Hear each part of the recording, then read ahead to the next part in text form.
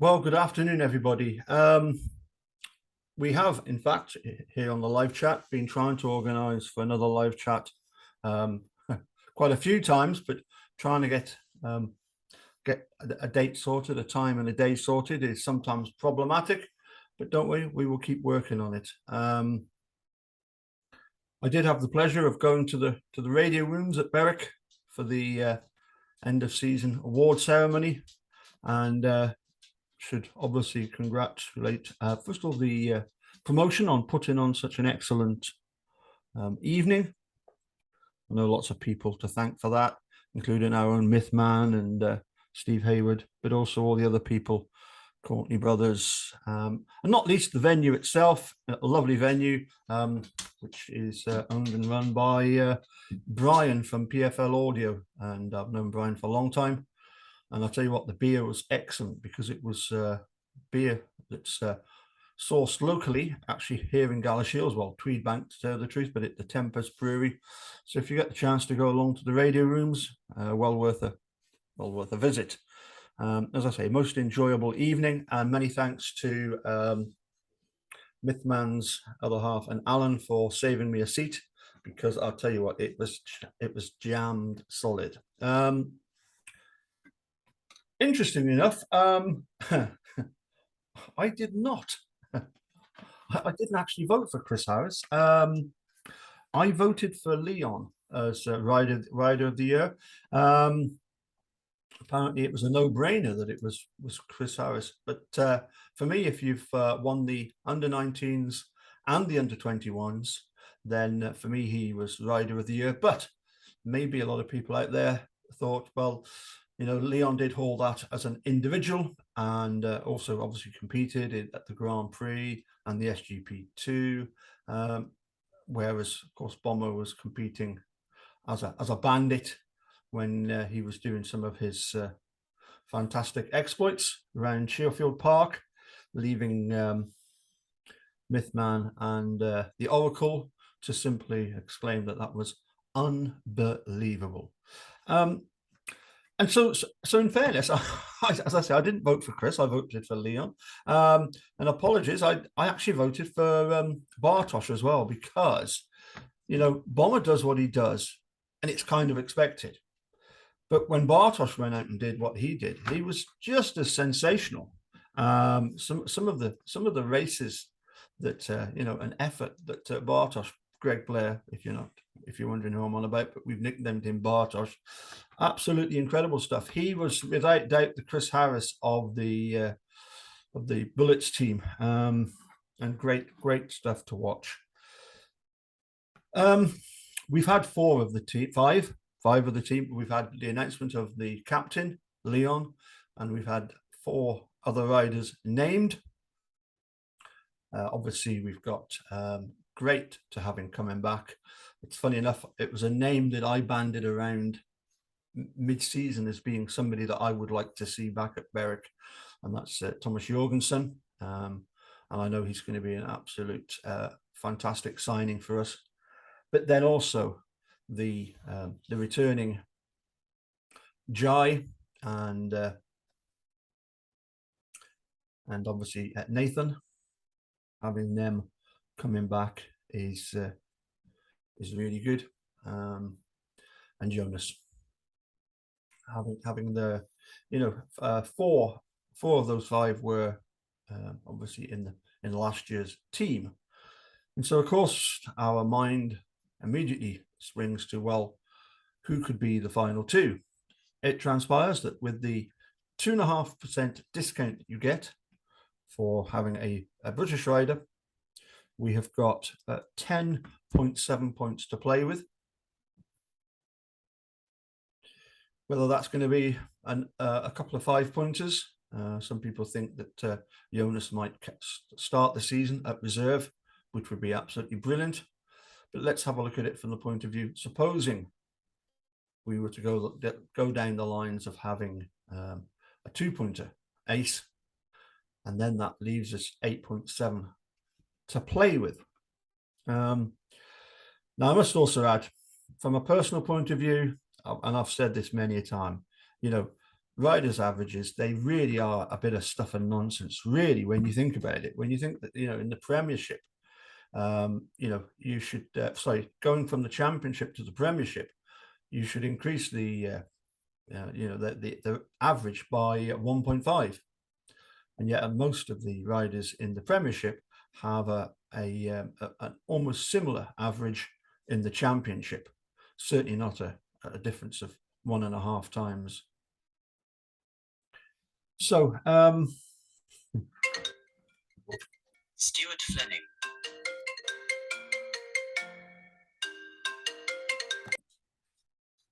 Okay, sorry about that. I should put my phone on silence because otherwise we're likely to have other interruptions. But I really needed to speak to Stuart, so that was good. Yeah, where were we? We're talking about averages, and I really do find them a bit of stuff and nonsense at times. People get far too hung up on them. The best non-Bandits team I've ever seen, the Kestrels of '88, they started that season with the lowest average of any team in that Division 2 side that year, and yet easily, comfortably won the league. Obviously, they had certain good riders, none least, of course, Loramsky himself. But as I say, when it comes to the averages, people can get a bit hung up on them. I can't help thinking that there's something odd about the fact that you have to get 46 points to win a meeting, and therefore, you're setting up teams to achieve 40 points. Well, that's only setting them up to lose. So it seems as if there's maybe some sort of false inflation of averages by the end of the season. But one comment that did make me laugh was from an Edinburgh fan that was most perturbed that Berwick had already signed 5 riders before the AGM. One got the sense that it was not only was it before the AGM, but it was before Edinburgh had signed any of their riders. How dare Berwick sign 5 riders when they don't even know what the points limit is? It reminded me of the time we had the double header against Edinburgh, and there were some of the Monarchs fans were complaining about the fact that they should only pay for 1 meeting. It's a double header, but they should only pay for 1. Come on, Berwick management, get your finger out and get a special turnstile just for Monarchs. They're Speedway royalty, the Monarchs fans. You do realise that, don't you? Of course you do. Anyway.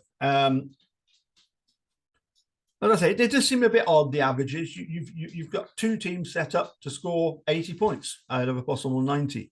So it does seem to me as if the averages will get inflated somewhat falsely.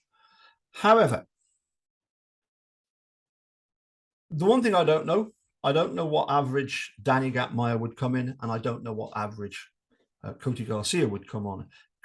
If the combined averages of them is around about the 10.7, then I think they would be absolutely superb additions. But if we're going down the route of putting in Ace, and I've always expressed that if you're good enough, you're old enough. And his 9 points at the Silver Helmet at Redcar, where he relegated Sam Masters to 3rd place, that's showing some some ability as that we all know that he's got. My fear with Ace is that if Berwick don't give him a team spot, and presumably that would include Oxford as well, there's another 7 teams in the Championship that would, and that would be very, very keen to relieve us of Ace's services. So as I say, I'm looking at it from the point of view that, let's suppose it's Ace as a 2-pointer. So we've got Ace and Nathan, and then we've got 1 more to fit in at an 8.7 or just under average. Well, it could be slightly more than 8.7, of course, because of the 2.5% discount. Let's have a look at who is available in the Championship. Well, I say available. Let's first of all have a look at this chart. Here is the BSPA team declaration. obviously with Newcastle's record being expunged. I love that word, expunged. Now, first of all, you'll notice that Berwick come in at a combined average last season of 39.8. As I say, problem is you have a 40 points limit. That's what they achieve. Birmingham fared slightly worse, 37.47. Bizarrely, every other team managed more than the 40 points. They increased their average. So you've got obviously Edinburgh, 42, Glasgow, 46. I think they're the only ones that actually managed to reach the 46-point limit. Obviously, Newcastle, well, they're still there, but obviously it's because of the riders that they started off with. Even Oxford managed 42.35. Plymouth, 41.45. And Poole, 43. Scunthorpe, 42. And the Bears managed 40.99. A few interesting things to note there. First of all, at 8.7 and with a 2.5% discount, Chris Harris would not be able to be fitted in. Now, personally, for Chris Harris, 8.98 with this 2.5% discount comes in at 8.75. Chris Harris, everybody's saying that they are looking forward to seeing him coming back. I'm not. I don't see how that's possible.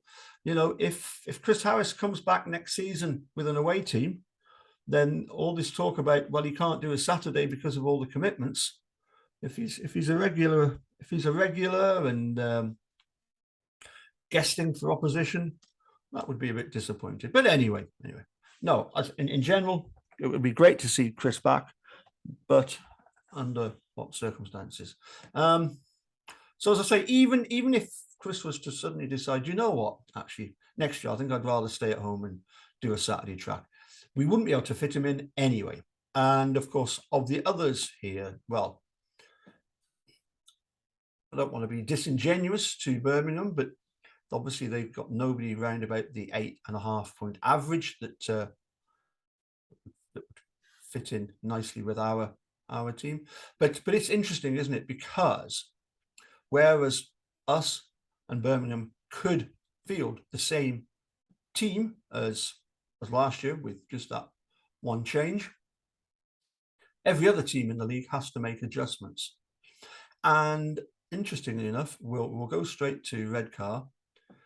They've got 40.99, but with their, let's see, Lewis Kerr, Charles Wright, Jordan Jenkins, Kyle and Jason, with their 2.5% discount, they just fail to beat the 40 points limit. They would still, I've done the calculations here. Yes, they would, they're 40.99, but they would still have, they wouldn't be discounted enough. They would discount their figures. It would come down 0.71. So their combined average now is 40.28. They lose, as I say, with their 2.5% discount. So one of those at least is going to have to change. Because of our points limit, yeah, we could fit in Eric, we could fit in Lewis. Charles Wright is often been pointed out as one that would be a good fit around Berwick. Obviously, across here, we're looking at Poole, and I know a lot of people enjoyed seeing Richard Lawson guesting for us. Poole are going to have to make changes. Ryan Douglas, we can't fit him in of the Scunthorpe team. However, I must admit, if we could have Simon Lambert and James Wright, well, I'd be happy with that. And I'm sure that 5.33, 5.65 comes to 5.998 with their discounts, bring them down to the required amount of 10.7. would it? Maybe not because of the problem with Chris Harris. 9, no, I don't think we could. I don't think we could fit both of those two in. Lambert and Wright. Much as it would be, I think they would be good. But no, let's just carry on and look at the base it on the scenario that we're going to go with a 2-pointer and an 8.7. So no Sam Masters, no Josh Pickering come to Berwick, no Nick Morris. Kyle Howarth is, well, did exceptionally well, obviously, for Leicester when they were here, being a sort of northerner, Workington. I think a lot of people would definitely love to see him come to Berwick. Whether or not that would happen, I don't know. Obviously, Leicester have moved up into the top flight, so they presumably some of their riders will be looking to double up. Of the Glasgow team, this is always interesting, isn't it? You've got Benjamin Basso, done very well this year. Craig Cook is second in their averages. I'm surprised about that. But some people have said, oh, well, 8.45, we could definitely fit him in.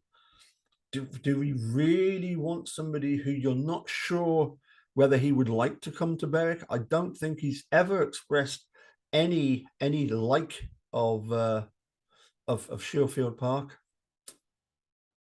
No. Tom Grennan is 6.88. If they were releasing him, I would definitely take him on. Even though it would put us well below the points limit. But as I say, for me, the points limit is pretty farcical anyway. You just have to make sure that your team is below 40 or 40 or below, isn't it? So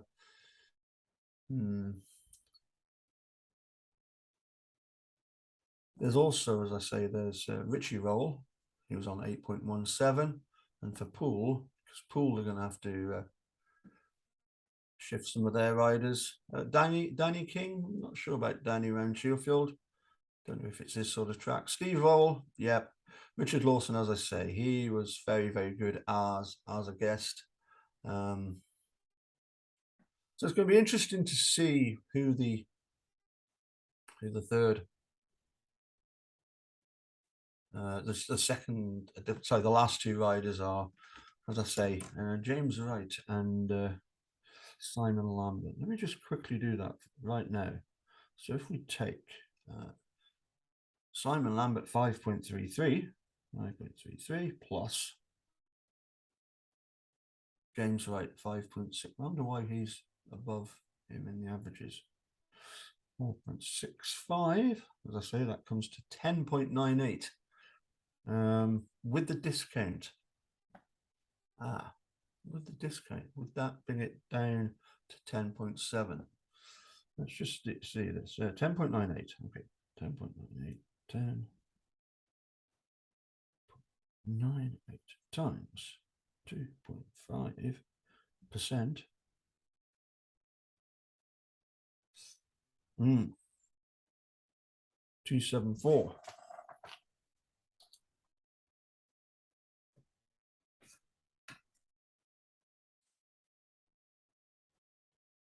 So the combined was 10.98. 10.98.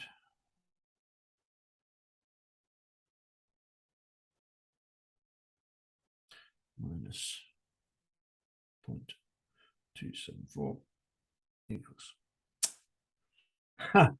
Guess what? It comes to 10.706. We could, if the and it's interesting, isn't it? Because Gary, the boss, put on Facebook just after Leon was announced and the other four riders that he was really looking forward to working with the 7 that Berwick had signed. So you wonder, well, what's with this the 7 that have been signed? If we've already signed 7, What is it that they've got up their sleeve? We'll just have to wait and find out. We can speculate as much as we like, and of course, Scott and Jamie and Gary can listen to my ramblings and think that guy is so far off the mark. But as I say, looking at it from the point of view that if we were going to go along the lines of a two-pointer, ace, obviously, we could then fit in two riders that come in up 10.7. That would be good, wouldn't it? If we could get one of those. I've made a list here, which of course I want to say. Let me put that back up again, because there was a couple more names that stuck out in my mind as being he would be good, or he would be good. Yeah, let's have a look at Oxford. Now, as I say, they do need to offload somebody. They need to make a change. Now, we could fit Scott Nichols in, and we could fit Troy Batchelor in. I appreciate that, Scott Nichols is not the youngest rider around. Troy Batchelor, at one time, I remember he did not win one of the Grand Prix with an 18-point maximum, and he seems to have slipped. But I just remember that he was absolutely brilliant around Swindon, around Blunsdon, and he likes big, fast tracks. And they don't come bigger and faster than Berwick at the moment. So I would not be adverse to having him in. Now, here's the one. Plymouth have to make changes. Now, we don't know what's happening with Edward Kennett, and we know that Ben Barker is, I think he's been suspended till March.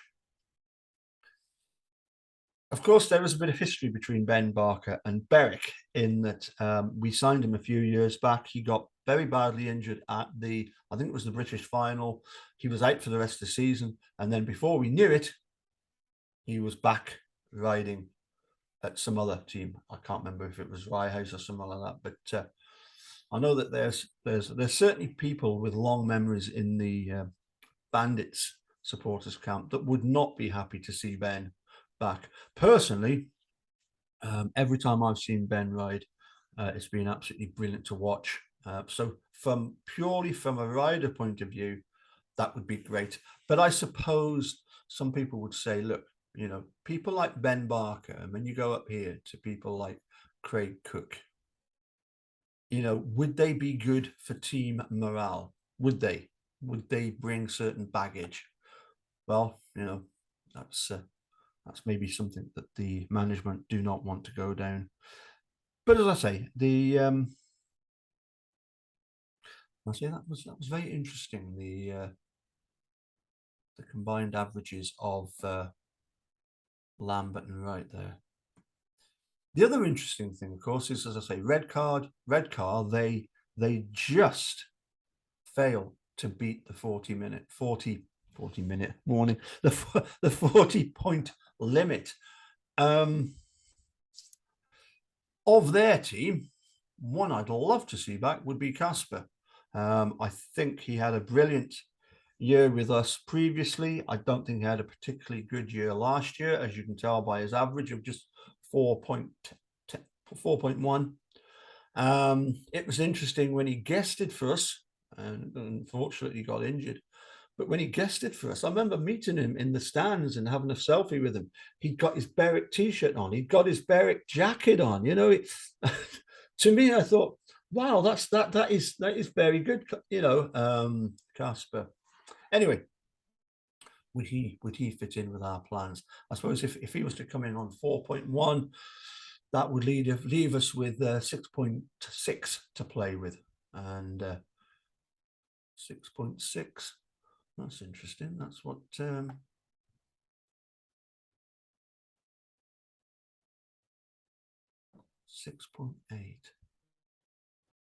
I don't think there'd be enough discount. I don't think 2.5 would bring him down enough. 6.88. Let's do the maths.